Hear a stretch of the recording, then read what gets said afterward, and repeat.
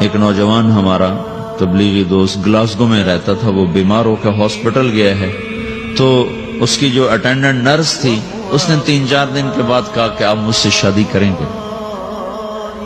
اس نے کہا میں مسلمان ہوں، تم کرسچن ہو؟ کہا میں مسلمان ہو جاؤں، اگر آپ شادی کر دو تو میں مسلمان ہوں۔ اس نے کہا تم کس وجہ سے مجھے یہ پیشکش کر رہے ہو؟ وہ کہنے کہ میں 3 دن سے تمہیں دیکھ رہی ہوں تو کہ تم نے ایک دفعہ بھی نظر اٹھا کے مجھے نہیں دیکھا، میں نرس ہوں، میری زندگی یہاں گزری ہے، میں نے کوئی نوجوان ایسا نہیں دیکھا جو لڑکی کو دیکھ کے نظر جھکا لیتا ہو، میں پہلی دفعہ اپنی زندگی میں کسی کو دیکھ رہی ہوں کہ جب اس کے سامنے میں آتی ہوں تو اس کی نظر جھک جاتی ہے، تو مجھے یقین ہو گیا تیرے اندر سچائی ہے۔ وہ مسلمان ہو گئے، اس نے آگے کتنی بچیوں کو مسلمان کیا۔ پھر اشفاق احمد صاحب مرحوم تھے، یہ ڈرامہ رائٹر، ان سے اچھی سلام دعا تھی میری، تو ایک دن مجھ سے کہنے لگے کہ میں تبلیغ کے کام سے متاثر ہوا ہوں انگلینڈ جا کر، پاکستان میں نہیں انگلینڈ جا کر، تو میں ایڈنبرا میں پارک میں بیٹھا تھا، میری بیوی میرے ساتھ بیٹھی تھی، تو ایک جماعت آئی، انہوں نے آ کر اذان دی مغرب کی اور نماز پڑھی۔ نماز کے بعد 13-14 لڑکیاں بھاگ کے آگے آئیں ان سے بات کرنے کے لیے، تو میں نے بیوی سے کہا آؤ سنو یہ کیا کہنے کہتے ہیں، تو کہا ہم دونوں بھی پہنچے، تو جس نے جماعت کرائی تھی نا اس کو ایک لڑکی آگے بڑھ کے کہتی آپ کو انگلش آتی؟ کہی آتی ہے۔ کہی آپ نے کیا کیا ہے؟ کہی ہم نے اپنی عبادت کی ہے۔ تو لڑکی کہنے لگی آج تو اتوار نہیں ہے، تو اس نوجوان نے کہا کہ جی ہم دن میں 5 دفعہ کرتے ہیں، صرف اتوار کو نہیں، روزانہ 5 دفعہ۔ وہ لڑکی کہنے لگی یہ تو بہت زیادہ ہے، آپ اس کو کیسے نبھاتے ہیں؟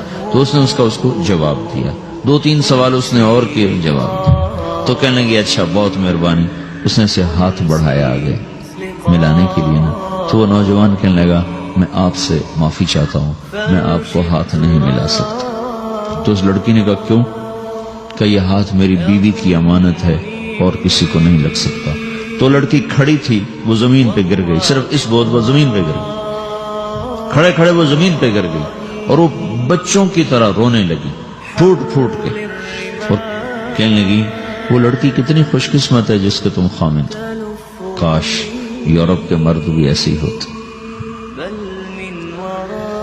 جس رب نے نفسیات بنائی ہے وہ اگر کوئی عورت کپڑے اتار دے تو اس کی نفسیات بدل جاتی، چاہے وہ مغرب میں پیدا ہو چاہے وہ مشرق میں پیدا ہو، عورت کی نفسیاتی حیا ہے اور وفا ہے، کسی وفادار کی تلاش ہے، تو وہ اس کو پتہ بھی نہیں ہے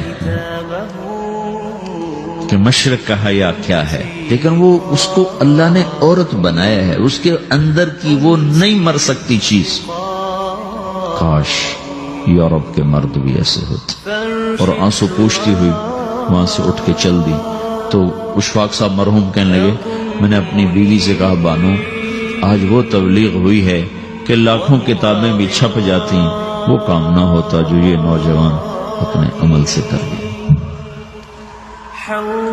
تو میرے عزیزو کٹی پتنگ نہ بنو، اپنی کٹی پتنگ کی منزل کوئی نہیں رہتی، اللہ اس کے رسول کے ہاتھ میں اپنے ڈور دے کے چلو، اللہ اس کے رسول کی غلامی میں اپنے آپ کو چلاؤ تو اللہ تمہیں بھاگ لگائے گا، عزت بھی دے گا۔ اپنی منمانی میں کوئی راحت نہیں، اللہ کی قسم کوئی راحت نہیں۔ 6 بر اعظم پھر کے تمہیں بتا رہا ہوں کہ جو اپنی ترتیبوں پر چلنے والوں کے دکھ آپ لوگ اندازہ نہیں لگا سکتے۔ چلنا ہے تو اللہ اس کے رسول کی زندگی کو اپنا کے چلو، اللہ تمہاری دنیا بھی سکھ والی بنائے گا، آخرت بھی سکھ چین والی بنائے گا۔ لیکن یہ سیکھنا پڑے گا، تبلیغ اس کو سیکھنے کی محنت ہے اور اس کو آگے پہنچانے کی محنت ہے۔ تو یہ عمر ہے، اس وقت ساری دنیا اسلام کے لیے تیار ہے، چونکہ نظریاتی طور پر دنیا شکست کھا چکی، کسی کے پاس کچھ نہیں، تو ہمارے پاس ایک ایسا خوبصورت نظریہ ہے کہ جو ان کو بڑی تیزی سے اپنی طرف کھینچ سکتا ہے، اور اللہ کا احسان ہے کہ تیزی کے ساتھ نسلوں کا رخ اللہ کی طرف ہو رہا ہے۔ تھوڑی ہمت کرو، چھٹیوں کا وقت تبلیغ میں دو، باقی وقت اپنی تعلیم کو دو، گھر جاؤ تو ماں باپ کے خادم بن کے رہو، نوکر بن کے رہو۔